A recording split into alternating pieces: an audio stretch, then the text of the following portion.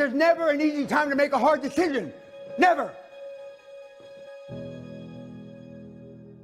In grade school, I didn't have any dreams. The only goal my father had for me was to keep me alive, not dead till I reached the age of reason. He didn't know if that was 20, 30, 40, or ever.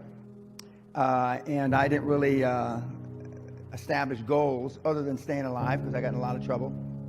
When I was in the grammar school, I tried to kill my teacher, amongst other things. I got expelled, not from the school, but from the district. They wouldn't allow me to go to school in the district. And I've been arrested and in jail 5-6 times. But then I went into the military, and that straightened me out and made a man of me. But your father was a policeman. My dad was a high-profile policeman, hard. Tough guy. And what did you learn from him? Oh, well, I learned that discipline, focus, honesty.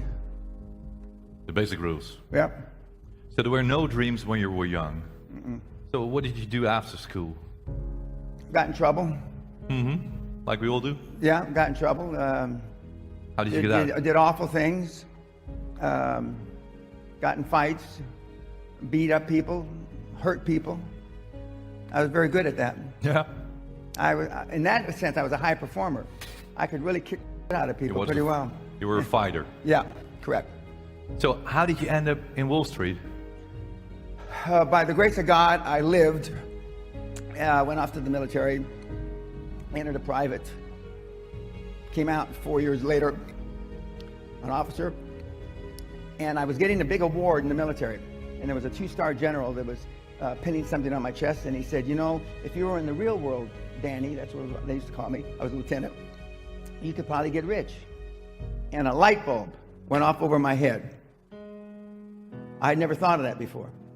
I didn't know how much $1 million was, except for about that same time frame.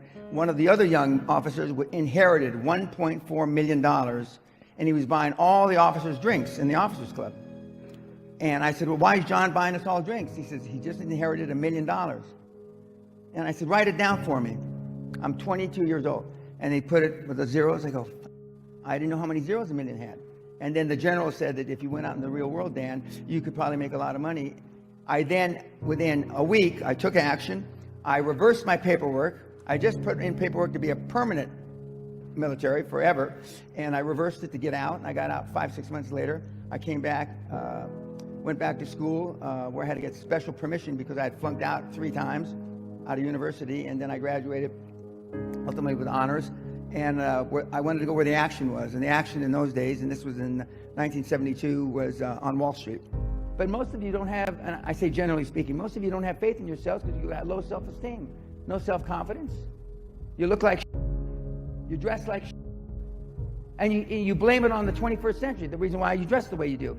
25 years ago, if you come to a seminar like this, you'd all be wearing suit and tie. 40 years ago, the women would be wearing hats.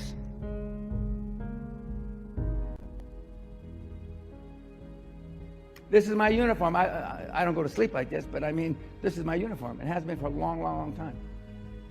Dress, if you want to get money from banks, dress like the president of your country. Unless you're from Pakistan or India or something, dress like the president or the prime minister of your country.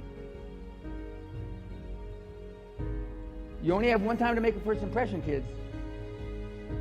You come in looking like some of you, I wouldn't give you toilet paper. Most of you, I'd be embarrassed the way you're dressed. But from a guy, I was a barrio bad boy in the barrio of East Los Angeles to the Guthrie. That's a big leap. That's a big. It doesn't. I can't imagine. Well, came close last year. I was honored by the Queen of England. I am now, as they call, a member of St. John. A member of St. John, which is just below. Thank you. And it's a derivative of the Templar, the people that supposedly took Christ's body, and you know, the Knights of the Templar. That's what it's a derivative of. But for a kid in East LA who almost killed his teacher. Now, was I thinking about killing the teacher? No.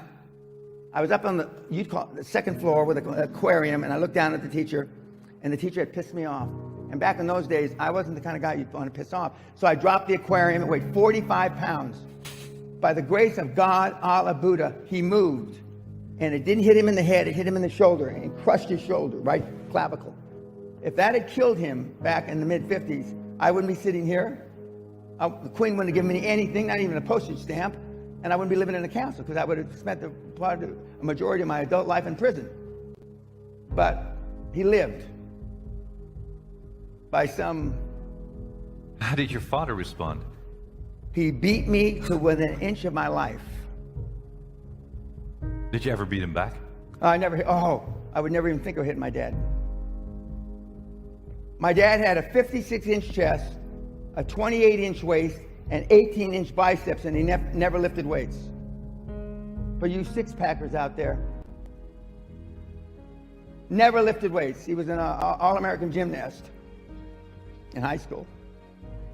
I get chills even thinking about hitting him. I mean, he would have killed me.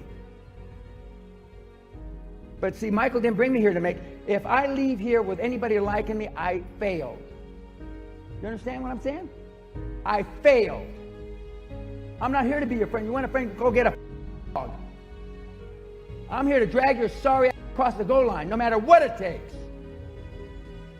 And there's no better on the planet than me at doing it, as demonstrated by all the tens of billions I've created.